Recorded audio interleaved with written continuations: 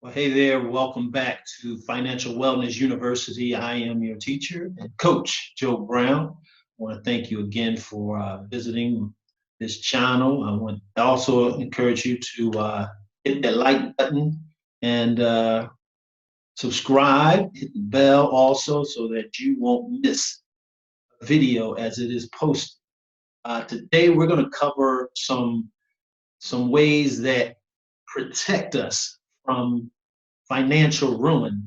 And basically, the question is, are you protecting yourself from events, unforeseen things that could wipe out your entire financial picture? Let's find out what we can do to eliminate those threats, those risks. Stay tuned.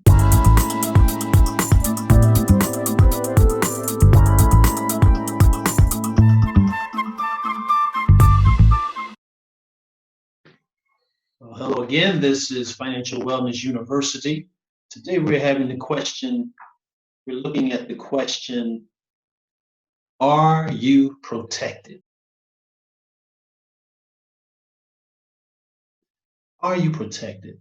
Well, one of the main ways that we protect our wealth, we guard against risk, if you will, is by having insurance. So today we're going to talk about some of the more common insurances that we all need if we're not what's called self-insured, which means we have so much money that we don't need insurance. But even people with independent wealth use insurance for certain things. Certain insurances are legal, meaning by law we must have them, like auto insurance. We don't need the max with auto insurance, but we need to have some level of auto insurance. So, but that's just one example of one that's enforced by the law. But the main insurance that a lot of people neglect today is called life insurance. Life insurance is one of those insurances that is neglected because we can't benefit from it ourselves. But life insurance actually benefits our loved one that we leave behind. So God forbid, our untimely demise, our family, especially as a family who depended on our income, can continue to live at the same quality of life that they lived before their loved one, the person that they depended on, deceased. So, what life insurance basically how it works is how it's going to help the person behind that you leave behind is that you leave enough so that they can basically live off of the interest from that amount, and that interest amount would be equivalent to or close to the expenses that were incurred or that were taking care of you while you were alive. And let me give you an example. You, as the breadwinner, brought home $50,000. Not this is just what you bring home from take home. You might make 75, but you bring home $50,000. So if you were to die, your family, whoever depended on you, would still need that 50,000. So it's pretty recommended in the insurance industry that you get 10 to 12 times the amount that you need, that you currently need for a year, and times by 10 to 12. So if you bring home 50,000, 10 times would be 500,000. Of course, 12 times would be 600,000. Now, of course, depending on what insurance you get, your salary or how long you have it, your salary would more likely change and go up. So using 12 times is a better number. And maybe you should just look at some higher numbers just to see, the comparison. If you can go from 600,000 to 750,000 for $2 more a month, it might just be worth going up to 750,000. Now, to look at the various kinds of insurance, life insurance that you can get, there's basically two categories, and then they give fancy names to try to jazz up the other one, but there's basically two categories that you need to be aware of, and one is called term insurance, and the other one is whole life. And term insurance is just that. It's for a brief term, 10, 20, 30, 40 years. Whole life, you get it and you pay you pay it your whole life. Now, the advantage of term is that it's significantly cheaper, and it gives you the ability to, the difference between what you would have been paying in whole life, you can invest that. Say, for instance, a term policy is $20 a month. Well, a whole life policy would be $400. And why is it more? Because they bill what's in what they call cash value, where there's some fancy way of insurance industry trying to get you to use your insurance vehicle as an investment vehicle, but it shouldn't happen like that. And plus, that one has some nice high commissions to it. So that's the two of the main reasons that they push it. But is it really your money? Because if you need it, you have to borrow it and pay it back. So is it really yours if you got to borrow it and pay it back? And if, say, for instance, your face value of your insurance policy was 100,000, you borrowed the 10 out of it. Do you think you get the 100,000 plus the 10? No, they would minus the 10 and just give you 90. So it's really not yours, but is made to look like it's yours because you have some access to it to do things. So get term, get the longest term you can afford, because the sooner you lock in a rate, it helps you to have a consistent rate, because the older you are, the higher the rates get. The more health challenges you have, the higher the rates get. So the sooner you get insurance, the better. Now, the key, now I was going to save this for the end, but the key is never cancel one insurance until you have another insurance in place to replace it. For instance, if we were talking about auto insurance, if you cancel your auto insurance today, well, I'm going to cancel my auto insurance because tomorrow I'm going to get new insurance. Well, one of the first questions the auto insurance is going to ask, are you insured right now? Well, if you say no, a quote that could have been $1,000 a year just turned into a quote that's $2,000, $3,000, $4,000 a year, because uninsured means that you are at higher risk. And that's what the insurance industry measures, risk. The more riskier you are as a client, the higher your rates are going to be. So never cancel a policy until you have another policy in place, replace the one that you're canceling. So, for instance, if I wanted to cancel my life insurance, I wouldn't cancel it and then call tomorrow, because I could be in a category to them would be uninsurable. Now I canceled the insurance I had, and now I'm not insurable to get a new insurance. So now I'm uninsured and put myself in a place where a catastrophic loss would wipe out my whole life savings and everything I've worked for years and years to accumulate. So insurance is that important to have. Now, what are some other common insurance? Well, we talked about life.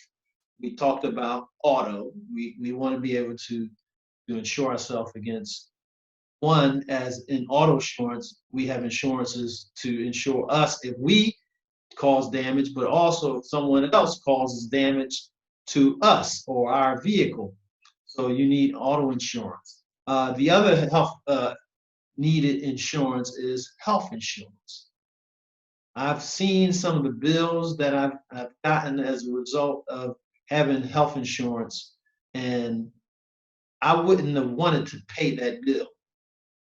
And of course, the health industry has astronomical prices for things, And insurance is one of the ways that one they have a little influence to negotiate one with the hospitals and the medical facilities to to bring down some of those costs for us also. So unless you are independently wealthy and can pay out of your pocket for health insurance, then I suggest or advise you to uh, find inexpensive or might be it even if it's expensive health insurance, it's probably going to save you more money than it would if you didn't have it.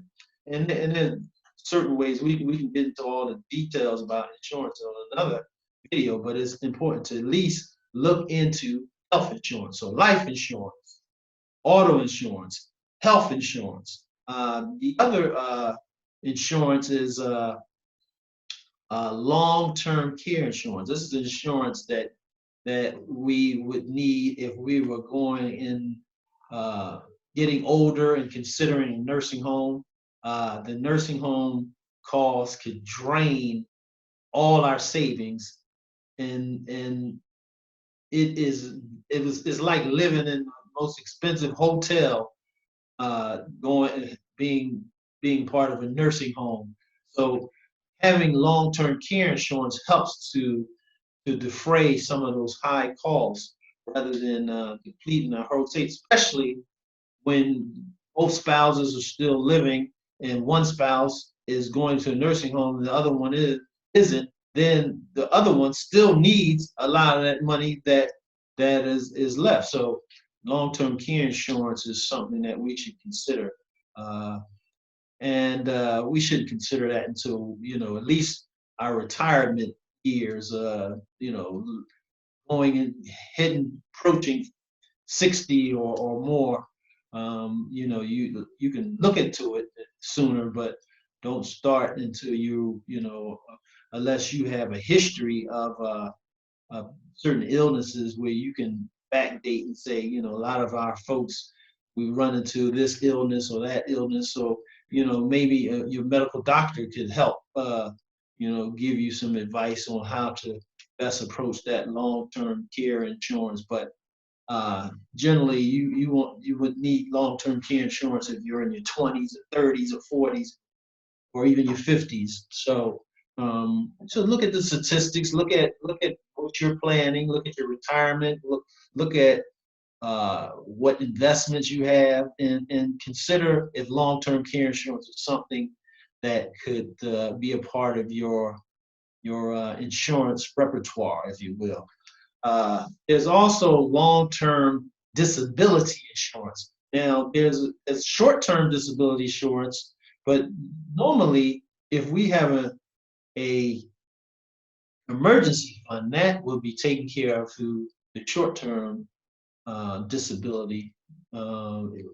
But if our injury lasts 6 months, a year and a half, that's where long-term disability insurance will kick in to defray the cost. Because if we can't work, but we still need to pay for our home, we still need to pay for other expenses that we have, then we need something that would pay us some money to help defray some of those costs. So that's where long-term disability insurance. So to recap, there's several other ways what we can do to protect ourselves, but I just wanted to highlight some of the main insurances that we see that maybe the average person doesn't have. Now, I skipped one thing about life, which means in the life insurance part,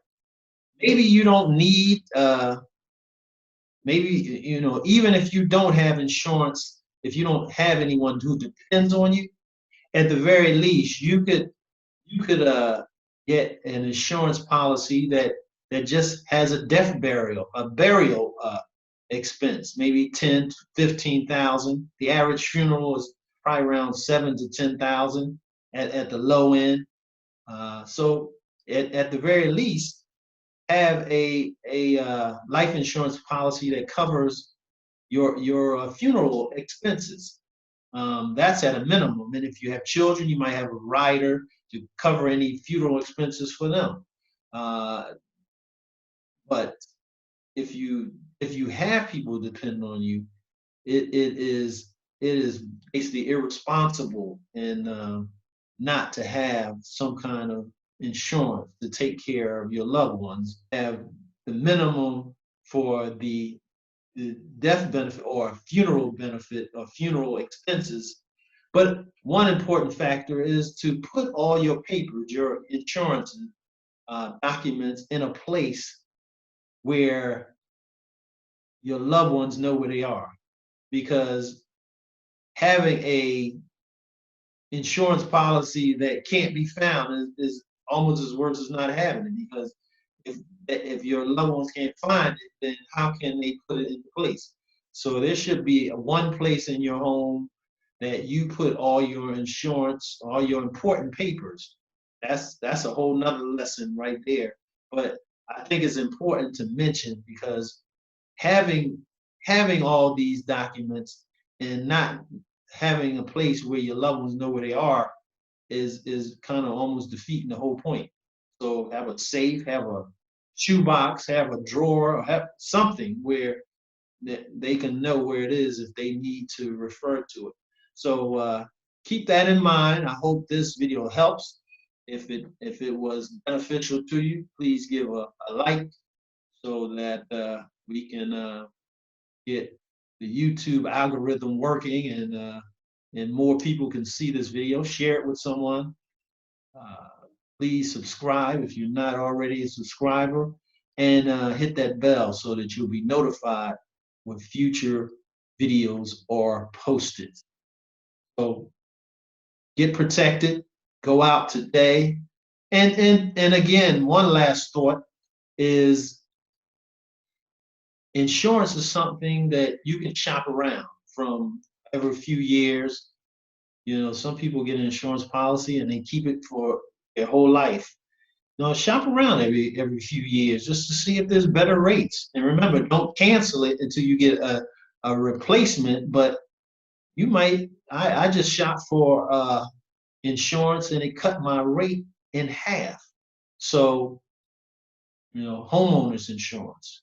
Homeowners insurance. Did I mention homeowners insurance? Even if I didn't, homeowners insurance. If you have a home, you need insurance on that home. If you rent, you're not under the landlord's homeowners insurance, so you need renter's insurance. Um, so that's another one that I need to cover. Just so life, health, homeowners, auto, long-term disability, long-term care. Uh, Shop around and make some calls. Start today.